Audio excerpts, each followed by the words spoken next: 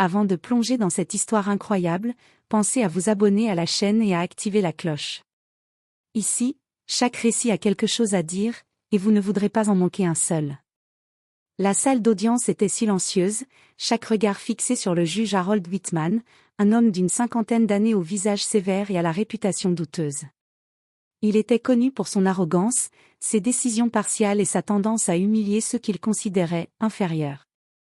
Ce jour-là, il avait trouvé sa nouvelle cible, la générale Angela Thompson, officier respectée et pionnière noire de l'armée américaine, dont la carrière exemplaire avait inspiré des centaines de soldats. Angela entra dans la salle avec une démarche droite et assurée. Son uniforme impeccable brillait sous les lumières du tribunal, chaque médaille et décoration reflétant des années de service dévoué.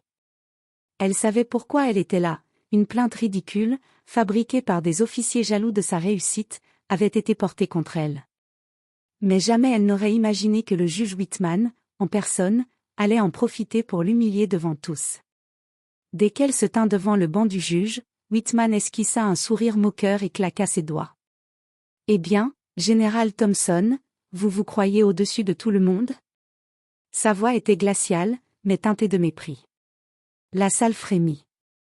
Angela sentit ses mains se serrer légèrement, mais elle garda son calme.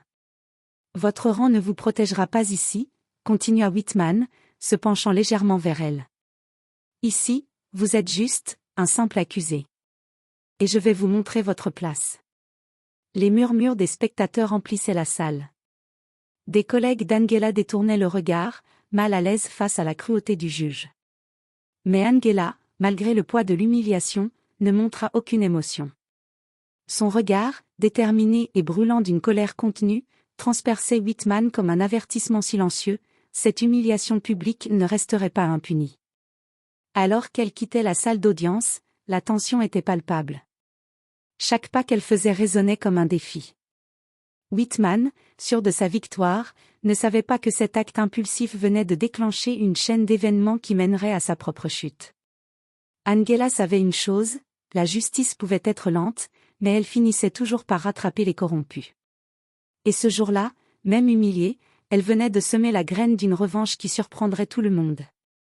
Le bureau de la générale Angela Thompson était silencieux, à l'exception du tic-tac régulier de l'horloge murale. Les murs étaient ornés de photographies de missions passées et de médailles, témoins muets de décennies de service. Mais ce jour-là, aucun honneur ne semblait pouvoir apaiser la douleur de l'humiliation subie quelques heures plus tôt devant le juge Whitman. Angela s'assit derrière son bureau, retirant ses gants blancs avec une précision militaire. Elle prit une profonde inspiration, fermant les yeux un instant pour calmer la colère qui bouillonnait en elle. Chaque mot du juge résonnait dans sa tête, « Ici, vous êtes juste un simple accusé. » Ses assistants militaires, tous noirs et blancs, regardaient la scène avec inquiétude. Ils savaient qu'Angela ne perdait jamais son sang-froid, mais aujourd'hui, même sentait la tension. Elle décrocha son téléphone et composa un numéro familier.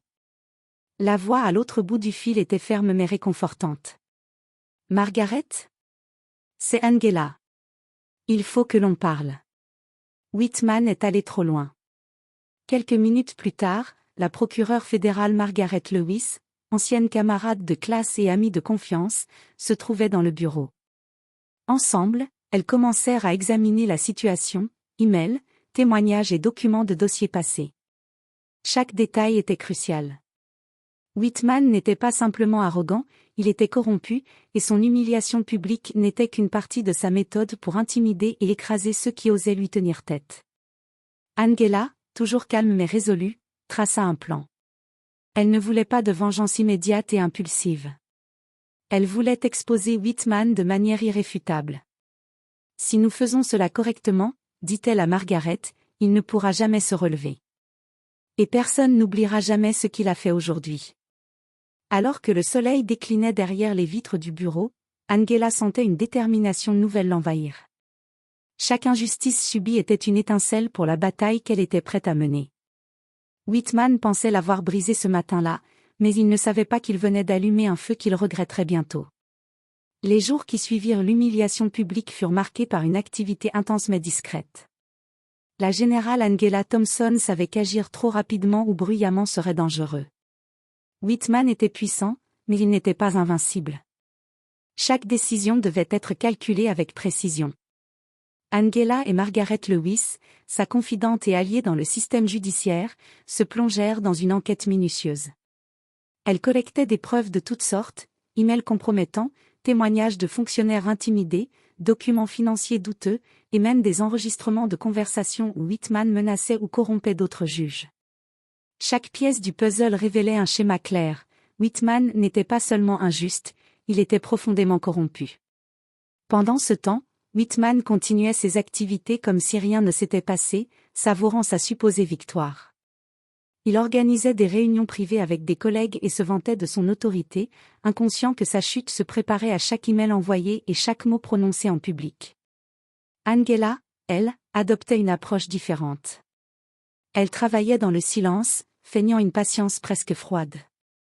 Elle rencontrait ses alliés en secret, esquissait des plans précis et prévoyait chaque réaction possible du juge. Chaque document récolté, chaque témoignage corroboré renforçait son dossier, prêt à être dévoilé au moment exact. Un soir, alors qu'elle quittait son bureau tard dans la nuit, Angela observa la ville illuminée depuis la terrasse de son quartier général. Elle se souvenait des mots humiliants du juge, mais au lieu de colère, elle ressentait un calme déterminé. Cette humiliation, pensa-t-elle, ne serait pas sa fin, mais le début de la revanche. Dans 5 jours, tout le monde saura la vérité, murmura-t-elle pour elle-même. Et dans ces 5 jours, la justice silencieuse qu'elle préparait allait frapper plus fort que tout ce que Whitman aurait pu imaginer. 5 jours après l'humiliation publique, la tension monta dans les couloirs feutrés de la justice. La générale Angela Thompson et la procureure Margaret Lewis avaient finalisé leur dossier. Chaque preuve était soigneusement organisée, chaque document vérifié et chaque témoignage corroboré. Il ne s'agissait plus d'une simple revanche personnelle, c'était une enquête destinée à exposer un système corrompu, et Whitman allait en être le symbole. Le matin même, Angela et Margaret déposèrent le dossier auprès du comité de surveillance judiciaire fédéral. Les responsables, d'abord surpris par l'ampleur des preuves, ne purent nier la gravité des accusations, manipulation de dossiers, pression sur des témoins, et plusieurs cas documentés de favoritisme et de corruption. Whitman, habitué à agir dans l'impunité, se trouva soudain sous le feu des projecteurs officiels. Rapidement, la nouvelle se répandit. Les médias commencèrent à rapporter les accusations contre le juge Whitman, et les réseaux sociaux s'enflammèrent. Les collègues du juge, certains complices, d'autres simplement effrayés, réalisèrent que le vent avait tourné.